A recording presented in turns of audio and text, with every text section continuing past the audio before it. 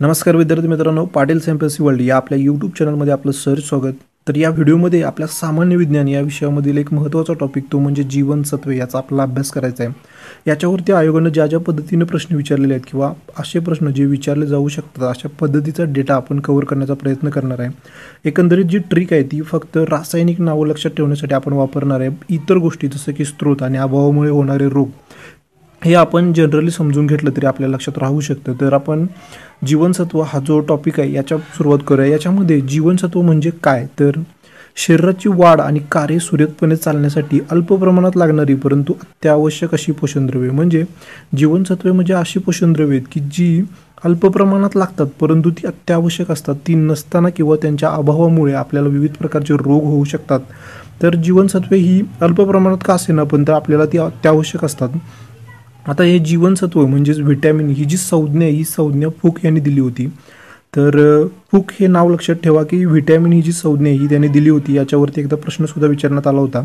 तर फुक या शास्त्रज्ञांनी व्हिटॅमिन ही संज्ञा आहे ती दिली होती. ठीक आहे, तर ही एक बेसिक इन्फॉर्मेशन होती. याच्यानंतर आपण जर जीवनसत्वाचे जे वेगवेगळे टाईप आहेत म्हणजे ए बी सी डी ते जे टाईप आहेत त्यांना दोन प्रकारामध्ये डिवाइड केलं जातं.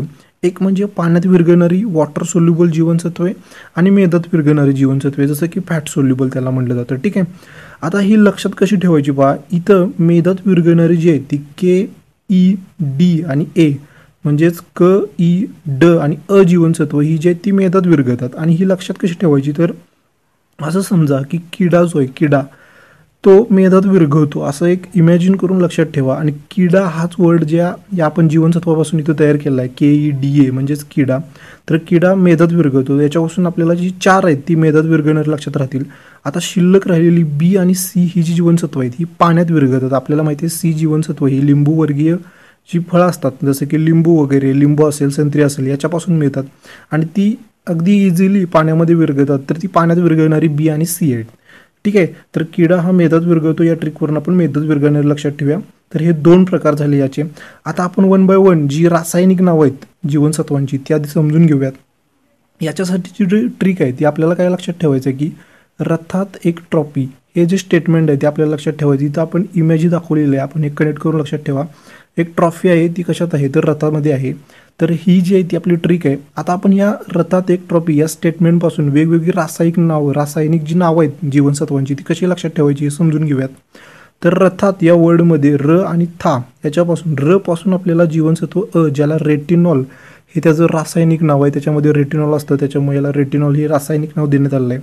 त्यापासून था याच्यापासून जे जीवनसत्व ब आहे ब मधील जे B1 आहे कारण ब चे सुद्धा जास्त टाईप आहेत त्याचे सुद्धा आपण जी रासायनिक नाव आहे ती समजून घेणार आहे.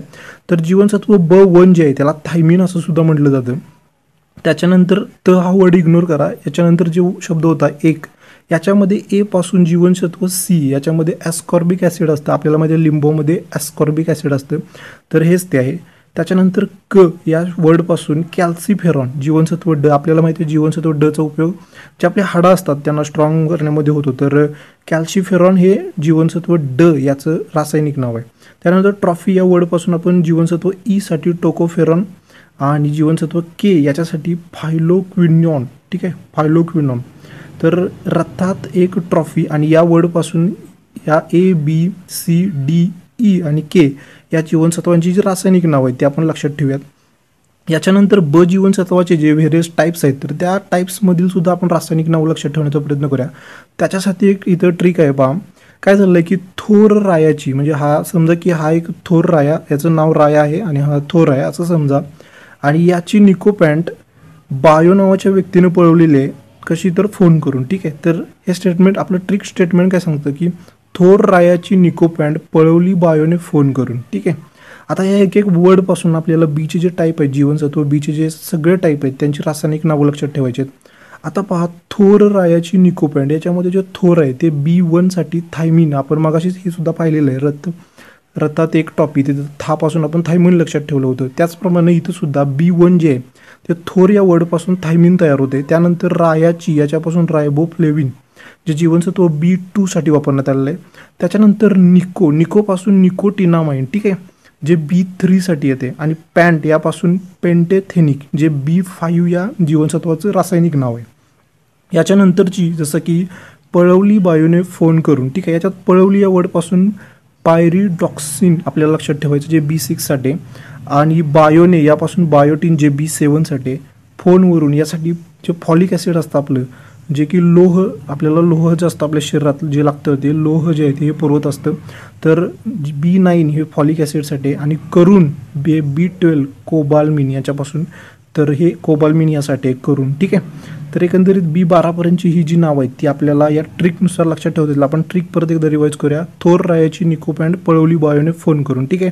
याच्यातील प्रत्येक वर्ड जो आहे तो बीचे सगळे टाईप जे आहेत ते दाखवतो. इथं एक लक्षात ठेवा, B1 B2 B3 आहे, B4 इथं नाही आहे. आपण बऱ्याच पुस्तकामध्ये सुद्धा असंच दिलेलं आहे, B4 वगैरे याची माहिती दिलेली नाही, तर ते लक्षात ठेवा. B4 इथं नाही आहे. त्याच्यानंतर B6 आहे, B5 B6 आहे, 7 आहे, 8 नाही आहे, त्यानंतर 9 आहे, 10 आणि 11 परत नाही आहे, आणि डायरेक्टली जे 12 आहे ते आहे, ठीक आहे. तर हे मध्ये आधी जे नाही आहेत ते सुद्धा व्यवस्थित लक्षात ठेवा.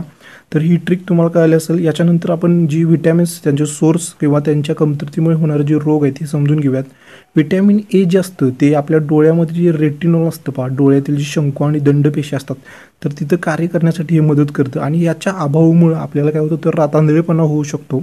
तर व्हिटॅमिन ए म्हणजे जीवनसत्व पासून आपल्याला जर त्याची कमतरता असेल तर रातांधळेपणा होऊ शकतो. याचे जे म्हणजे स्रोत आहेत याच्यामध्ये गाजर, बटर, लिव्हर, त्यानंतर आंबा, संत्री, हिरव्या पालेभाज्या हे जीवनसत्वाचे स्रोत आहेत.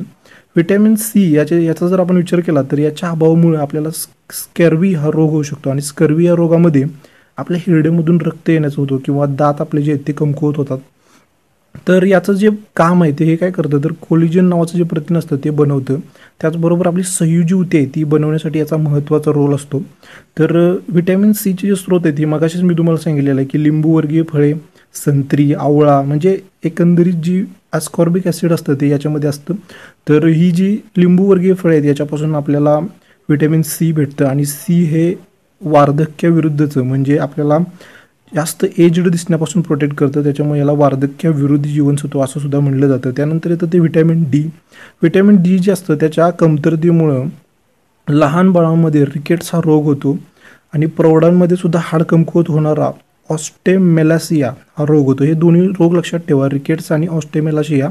तर मेलाशिया हा प्रौढांमध्ये होतो आणि रिकेट्स हा लहान बाळांमध्ये होतो. तर हे जास्त व्हिटॅमिन डी ते कॅल्शियम आणि फॉस्फरस जे आपल्या हाडामध्ये असतं तर त्याच्यामध्ये जमा करण्याचं काम करतं, आणि याच्यामुळे आपली हाडं जी आहेत ती मजबूत होत असतात. तर आपल्याला हे सुद्धा माहिती आहे की डी हे जीवनसत्व आपल्याला सूर्याची जी एनर्जी आहे त्याच्यापासून मिळतं. कारण लहान बाळाला सूर्याची जी सकाळची कोवळी किरणं असतात त्यावेळी लहान बाळाला या किरणांच्या संपर्कात आणलं जातं, तर ते व्हिटॅमिन डीसाठीच आणलं जातं. याचा जे स्रोत आहेत ते म्हणजे कॉड लिव्हर ऑइल, हे त्याचबरोबर मासे, अंडे, दूध इत्यादी म्हणून हे मिळतं. आणि सूर्यप्रकाशापासून सुद्धा आपण हे आपलं शरीर हे तयार करू शकतं. व्हिटॅमिन ई जे आहे ते त्याला टोकोफेरॉन सुद्धा म्हणतात, आणि हे आरबीसीचे असतात त्याला मारते आणि स्टेरिलिटी येते. आणि याच्यामुळे काय होतं, तर ब्ल्यू बेबी होतो. म्हणजे व्हिटॅमिन ई जर हिची जर कमतरता असेल तर आरबीसी जी आहे ती आपली ती मारली जाते आणि स्टेरिलिटी येते. याला ब्ल्यू बेबी असं सुद्धा म्हटलं जातं. तर त्वचा जी आपली असते त्याचे आरोग्य राखणे हे आरबीसीची आणि संख्या नियंत्रित करणे हे जे आहे ते ईचं काम आहे. तर हिरव्या पालेभाज्या, मांस, वनस्पती तेल, चीज, बटर इत्यादीमधून जे ई जीवनसत्व आहे ते भेटतं. जीवनसत्व के हे जे आहे ते रक्त गोठण्यास उशीर होतो याच्या कमतरतेमुळं. तर हे असल्यानं आपलं रक्त व्यवस्थित गोठतं. तर के आपलं रक्त जे आहे ते गोठण्यासाठी मदत करतं. हे ज्याचे जे स्रोत आहेत त्याच्यामध्ये हिरव्या पालेभाज्या, टोमॅटो, सोयाबीन, चीज, अंडे हे जे ते त्याचे स्रोत आहेत. तर जीवनसत्व ईला वांझपणा विरोधी जीवनसत्व असं सुद्धा म्हणलं जातं. ई या वर्डमध्ये ई आहे, याच्यावरून तुम्ही लक्षात ठेवू शकता की जीवनसत्व जे आपलं ई आहे त्याला वांझपणा विरोधी जीवनसत्व असं म्हणलं जातं. त्यानंतर व्हिटॅमिन सी याला वार्धक्याविरोधी जीवनसत्व असं सुद्धा म्हणलं जातं. आणि व्हिटॅमिन केला अँटी कॅन्सरस, म्हणजे आपला जो कॅन्सरस होतो, बऱ्याच लोकांना कॅन्सरचा त्रास असतो, तर या कॅन्सरला रोखणारं म्हणून व्हिटॅमिन केला ओळखलं जातं. आणि व्हिटॅमिन ए, डी आणि के हे जास्त झाल्यास आपल्याला हायपर व्हिटॅमिनोसिस, म्हणजे ज्या व्हिटॅमिन जास्त होण्याचा जो रोग असतो हायपर व्हिटॅमिनोसिस हा होऊ शकतो. म्हणजे व्हिटॅमिन हे जास्त होण्याचाही धोका आहे आणि ते कमी पडण्याचाही धोका आहे. तर हे प्रॉपर अमाऊंटमध्ये असायला हवेत. याच्यासाठी बॅलन्स्ड जो डाएट असतो त्याची खूप गरज असते. तर ही सगळी जी माहिती होती ती विटॅमिनच्या रिलेटेड होती आणि आपल्याला याच्यावरती कधीही प्रश्न कशाने कशाही पद्धतीने जरी विचारला, अगदी त्याची रासायनिक नावं विचारली किंवा त्यांच्या कमतरतेमुळे होणारे रोग जरी विचारले तरी ते तुम्हाला सगळे समजले असतील. तर तुम्ही याच्यानंतर ते सगळे प्रश्न अटेम्प्ट करू शकता. तुम्ही स्वतः याच्यावरचे प्रश्न प्रॅक्टिससुद्धा करा. तर आपल्या आयुष्यात एक ट्री अडॉप्ट करा, तिथं जतन करा. आपल्या चॅनलला नक्की सबस्क्राईब करा आणि त्याच्या बाजूला जी नोटिफिकेशन बेल आहे ती नक्की प्रेस करा. तर मित्रांनो, धन्यवाद. Thank you so much.